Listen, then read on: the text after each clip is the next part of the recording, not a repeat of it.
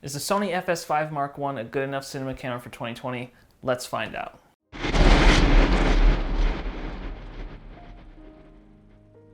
What's going on? Eric here from MediaBuild Productions, and today we're going to touch on the Sony FS5 Mark I. Now we have the FX9, we have the FS7, we have the Mark IIs even of cinema cameras like this, but for around $2,000 to $4,000 you can get the FS5 Mark I, even the upgraded version, in a very good price point for what this camera can do. So let's talk about a lot of those things, starting with the build quality. This thing is built like a tank. It feels professional. It looks professional. When you stroll in with this on a site, people are gonna know that you mean business and they're gonna take you very seriously.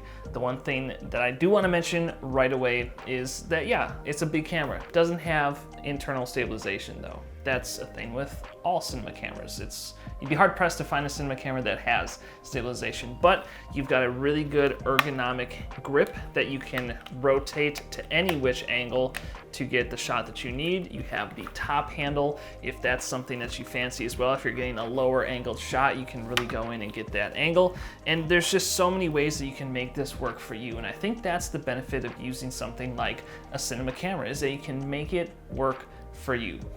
In addition to that top handle, you can even unscrew it and take it off. So you can build this camera any way that fits with you. So this top handle, the microphone piece, the LCD screen, this all can come off if you really wanted to. And you can put other attachments on here. There's so many screws on top that you can use to kind of build out your own rig, whether you want to cage it, whether you want to put your own monitor on it, your own external recorder on it. There's so many different ways that you can put this thing together to make it fit your needs.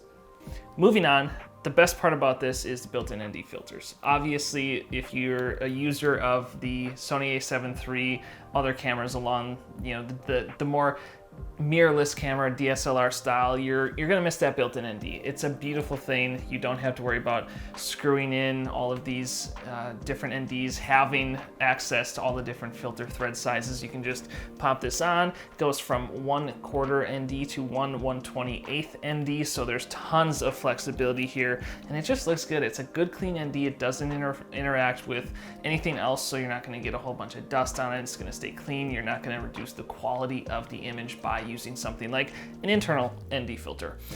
So moving on to audio, the best part about this camera is that it has two fully phantom powered XLR inputs. They're full-size XLR inputs, and they're absolutely fantastic. It's a super clean sound signal that you get. There's a really good noise floor to it, and it just functions really well. It's nice to have access to two XLR inputs. I will say it doesn't have a 3.5mm input. It has 3.5mm headphone jack, but for less than $10, you can buy an XLR to 3.5mm if you are using something like a lavalier microphone that doesn't have XLR.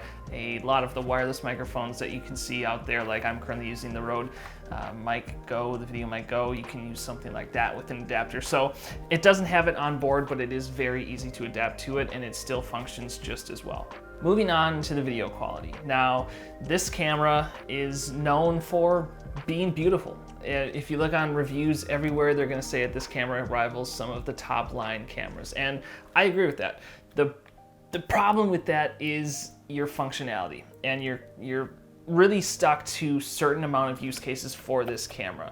And that is, you're gonna get 10-bit all the way through the board except for the 4K. It does allow you to shoot 4K 30 internal if you're not gonna use anything external. Most of what I'm gonna say is just for internal use, because that's kind of how we use it here at MediaBuild Productions. But you get full 10-bit color with everything 1080 and below. You get 8-bit color on that 4K, but it's a really good clean 100 megabytes per second 4K.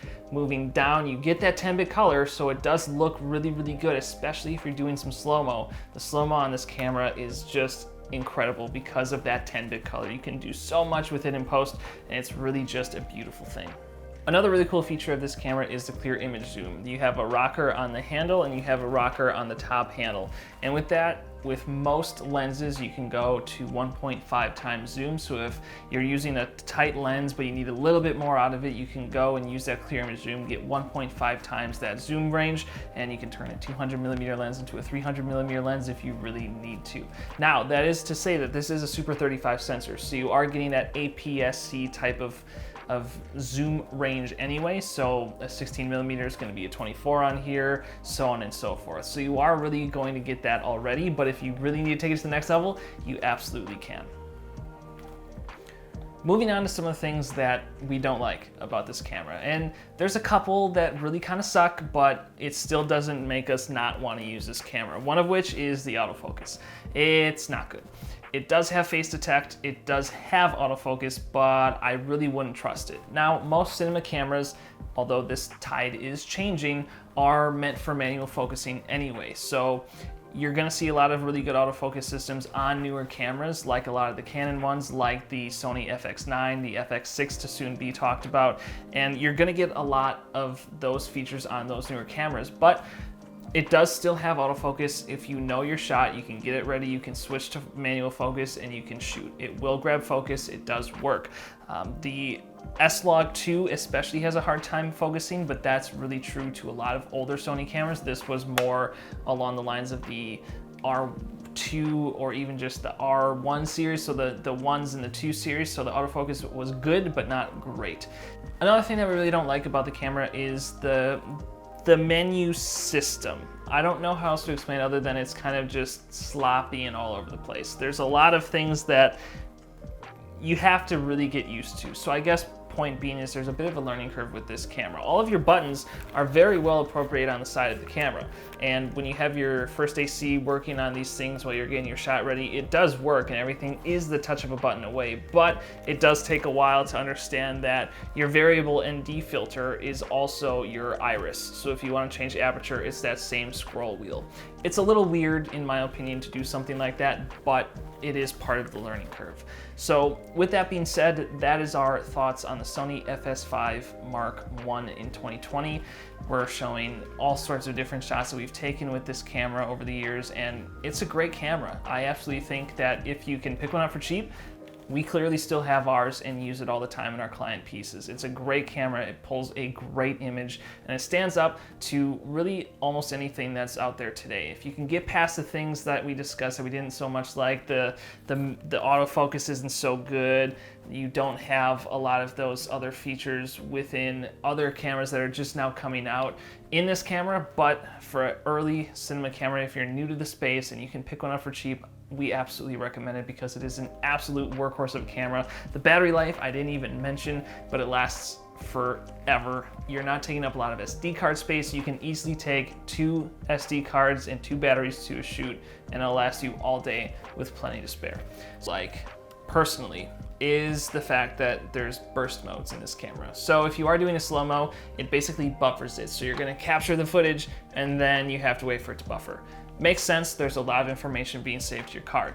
But it goes up to 1080, 240, which is great, but it's a burst mode. Personally, if I want a camera, I want that functionality all the way through, all the time.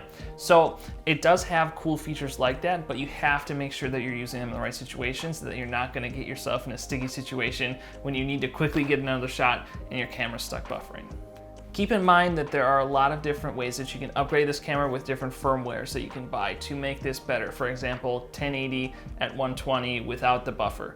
This camera that we have doesn't have any firmware upgrades, so this review is coming from strictly a standpoint of this camera as it was initially released. So that's a great way to get into cinematography if this is something that you're looking to do. The E-mount is a very adaptable mount, especially if you're going to be manual focusing. You can plop tons of Canon lenses on this camera and it's going to work great. So let us know what your thoughts are in the comment section down below about this camera. Do you own one? Have you owned one? What would you suggest instead? We'd love to hear your thoughts. Thank you so much for watching. We'll see you next time.